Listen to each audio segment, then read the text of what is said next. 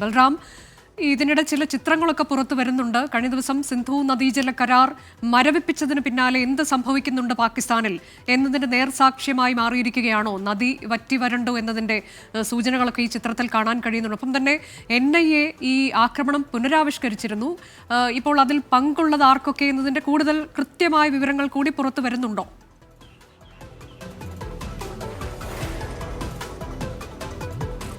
അനുജ, ഈ പഹൽഗാം ഭീകരാക്രമണത്തിന് പിന്നാലെ ഇന്ത്യ കടുത്ത നടപടി എന്ന നിലയിൽ ഈ സിന്ധു നദീജല കരാർ റദ്ദാക്കാനുള്ള തീരുമാനമെടുത്തിരുന്നു. അത് പാകിസ്ഥാനിൽ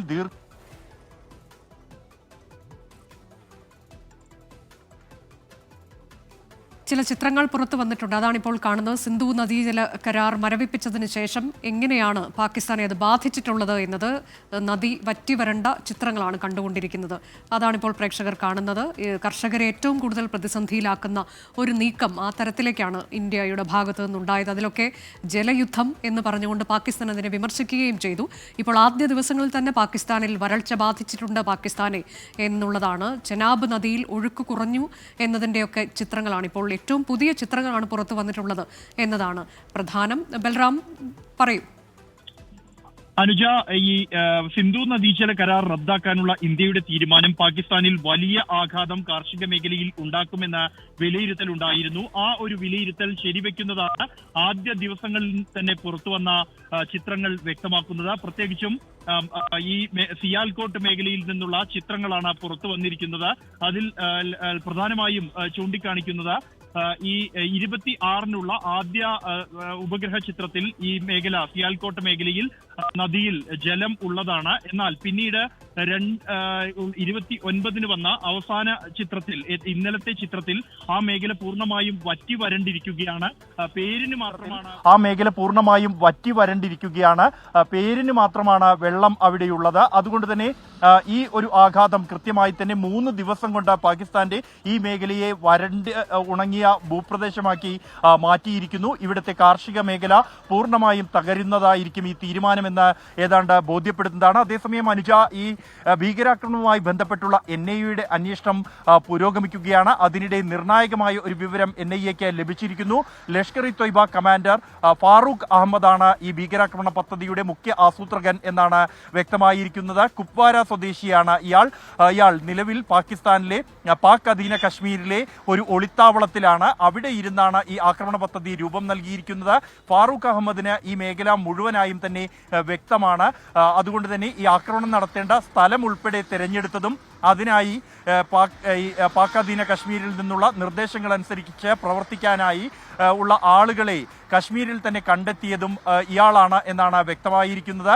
ഇയാൾക്ക് നിരവധി അണ്ടർഗ്രൗണ്ട് വർക്കേഴ്സിനെ ഇയാൾ കണ്ടെത്തിയതായും ഉപയോഗപ്പെടുത്തിയതായും NIA-യുടെ അന്വേഷണത്തിൽ കണ്ടെത്തിയിട്ടുണ്ട്. കുപ്വാരയിലുള്ള ഇയാളുടെ വീട് ഏജൻസികൾ നേരത്തെ തകർത്തിരുന്നു. ഇയാളുമായി ബന്ധമുള്ള ആളുകൾ, സഹോദരങ്ങൾ അടക്കമുള്ളവരെ ചോദ്യം ചെയ്യാനായി നിലവിൽ കസ്റ്റഡിയിലെടുത്തിരിക്കുകയാണ്. അന്വേഷണം ഇപ്പോഴും ഊർജിതമായി തന്നെ പുരോഗമിക്കുകയാണ്. അനുജ, ഹാഷ്മി താജ് ഇബ്രാഹിം കൂടിയുണ്ട് അനന്ത്നാഗിൽ നിന്ന്. ഹാഷ്മി, ഈ ഭീകരർ ആരൊക്കെയാണ് ഇതിൽ പങ്കെടുത്തിട്ടുള്ളത് എന്നതിന്റെ കൃത്യമായ വിവരങ്ങൾ NIA-ക്ക് ഇപ്പോൾ ലഭിക്കുന്നുണ്ട്. അവർ അത് കണ്ടെത്തിയിട്ടുണ്ട്. 4 പേരാണ് പങ്കെടുത്തത്. അതിൽ ആക്രമണത്തിൽ 3 പേർ പങ്കെടുത്തിട്ടുണ്ട്. മറ്റൊരാൾ പുറത്തുനിന്ന് സഹായം നൽകുകയായിരുന്നു എന്നതിൻ്റെയൊക്കെ വിവരങ്ങൾ പുറത്തു വരുമ്പോൾ ഏത് തരത്തിലേക്കാണ് ഇവർക്കായുള്ള തെരച്ചിൽ നിലവിൽ സൈന്യം നടത്തിക്കൊണ്ടിരിക്കുന്നത്? ഇവരെ ജീവനോടെ തന്നെ പിടികൂടുന്നതിലേക്ക് സൈന്യം എത്തിച്ചേരുമെന്ന് നമുക്ക് പ്രതീക്ഷിക്കാമോ? മറ്റൊന്ന്, എന്തൊക്കെയാണ് അതിർത്തിയിൽ സംഭവിക്കുന്നത്? തുടർച്ചയായി വെടിനിർത്തൽ കരാറിന്റെ ലംഘനം പാകിസ്ഥാൻ നടത്തിക്കൊണ്ടിരിക്കെ നേവി ചില ചിത്രങ്ങൾ പങ്കുവച്ചിട്ടുണ്ട്, പടക്കപ്പലുകളുടെ ചിത്രങ്ങൾ. അതിന്റെയൊക്കെ വിശദാംശങ്ങൾ എങ്ങനെയാണ്?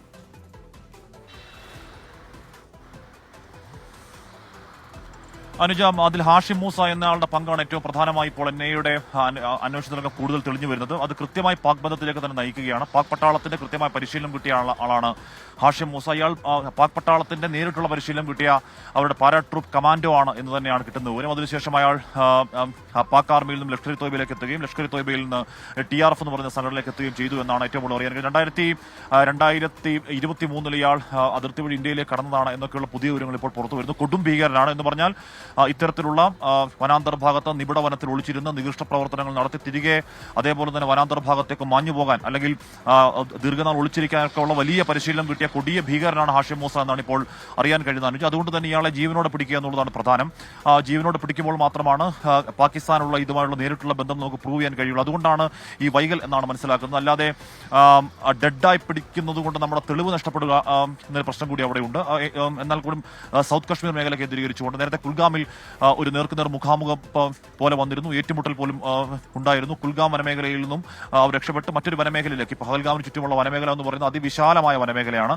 അപ്പോൾ അവിടെ മാത്രമല്ല പൈൻമരങ്ങൾ ആർത്ത് വളർന്നു നിൽക്കുന്ന വലിയ വനമേഖലയാണ്. അതിൽ അവിടെ ഇവിടെ ഇവരുണ്ട്. എന്തായാലും ഒരു കാര്യം സ്ഥിരീകരിച്ച് ഉറപ്പിച്ച് പറയാൻ കഴിയും അനുജ, അവർ എന്തായാലും 26 പേരുടെ കൂട്ടക്കുരു നടത്തിയതിനു ശേഷം അവർ തിരികെ പാകിസ്ഥാനിലേക്കോ ജമ്മു മേഖലയിലേക്കോ പോലും കടക്കാൻ കഴിഞ്ഞിട്ടില്ല. 20 ലക്ഷം രൂപ ഇനാമടക്കം പ്രഖ്യാപിച്ചുകൊണ്ട് ഗോത്രവിഭാഗങ്ങളിൽ നിന്നുള്ള വിവരങ്ങളടക്കം ഇന്ത്യയിൽ അടക്കം ശേഖരിച്ചുകൊണ്ട് വലിയ തെരച്ചിൽ നടക്കുന്നു. ഏറ്റവും പ്രധാനം, ഏറ്റവും പ്രയോറിറ്റി അവരെ ജീവനോടെ പിടിക്കുക എന്നുള്ളതിന്, പ്രത്യേകിച്ച് ഹാഷിം മൂസയെ ജീവനോടെ പിടിക്കുക എന്നുള്ളതിന്. അതുകൊണ്ടാണ് ഈ വൈകൽ എന്ന് പറഞ്ഞ എങ്കിൽ കൂടിയും എത്ര പരിശീലനം കിട്ടിയ കൊടിയ തീവ്രവാദിയാണെന്ന് പറഞ്ഞാൽ കൂടിയും അതിൻ്റെയൊക്കെ അപ്പുറം നിൽക്കുന്നതാണ് നമ്മുടെ സൈന്യത്തിന്റെ എബിലിറ്റി. അല്പസമയത്തിനകം തന്നെ ഒരു പക്ഷേ പിടികൂടി എന്ന വാർത്ത തന്നെ നമുക്ക് പ്രേക്ഷകർക്ക് നൽകാൻ കഴിയുമെന്നാണ് പ്രതീക്ഷിക്കുന്നത്.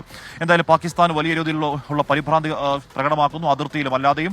അതിർത്തിയിൽ ഈ അന്തം വിട്ട പ്രതി എന്തും ചെയ്യുമെന്ന് പറയും മട്ടിലാണ് അനുജ കാര്യങ്ങൾ. വെറുതെ ഒരു മര്യാദയുമില്ല തുടർച്ചയായ 6ാം രാത്രിയും നൌഷേരയിലടക്കം ഈ പറയുന്ന പർഗാവ് സെക്ടറിലടക്കം, പർഗാവ് അന്താരാഷ്ട്ര സെക്ടറാണ്, അവിടെ അടക്കം ഒരു മര്യാദയുമില്ലാത്ത വെടിനിർത്തൽ കരാർ ലംഘനങ്ങൾ തുടരുന്നുണ്ട്. ഇന്ത്യൻ സേന തക്കതായ മറുപടി കൃത്യസമയങ്ങളിൽ കൊടുക്കുന്നുമുണ്ട്. നാവികസേന പങ്കുവച്ച ചിത്രം പറയുന്നത് ഇത് ഏത് ദൗത്യത്തിനും നമ്മൾ എപ്പോഴേ റെഡിയാണ്, എപ്പോഴേ തയ്യാറാണ്. ഒരു കടലും ഞങ്ങൾക്ക് എത്തിപ്പെടാനാകാത്തവണ്ണം വിശാലമല്ല എന്നാണ് നാവികസേനയുടെ കോൺഫിഡൻസ്. അത് ഉറപ്പായും പാകിസ്ഥാനുള്ള മുന്നറിയിപ്പാണ്. ഇതടക്കം സേനാ വിഭാഗങ്ങൾ സജ്ജമാണ്. നമ്മുടെ സൂപ്പർ ക്യാബിനറ്റ് ചേരാൻ പോകുന്നു.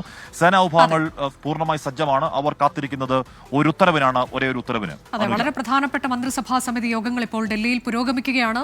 അതിനുശേഷമൊക്കെ എന്താകും ഈ തീരുമാനമെടുക്കാൻ പോകുന്നത് എന്നത് വളരെ പ്രധാനപ്പെട്ട തീരുമാനമുണ്ടാകും എന്നുള്ളതിൽ തർക്കമില്ല. അതിനിടെ UN-ന്റെ ഇടപെടൽ ആവശ്യപ്പെട്ടുകൊണ്ടൊക്കെ പാകിസ്ഥാൻ രംഗത്തെത്തുകയാണ്. കൂടുതൽ മന്ത്രിമാർ ഇന്ത്യ തങ്ങളെ ആക്രമിക്കാൻ പോകുന്നു എന്ന് പറഞ്ഞുകൊണ്ടുള്ള പ്രതികരണങ്ങൾ നടത്തുന്നതും ശ്രദ്ധേയമാണ്.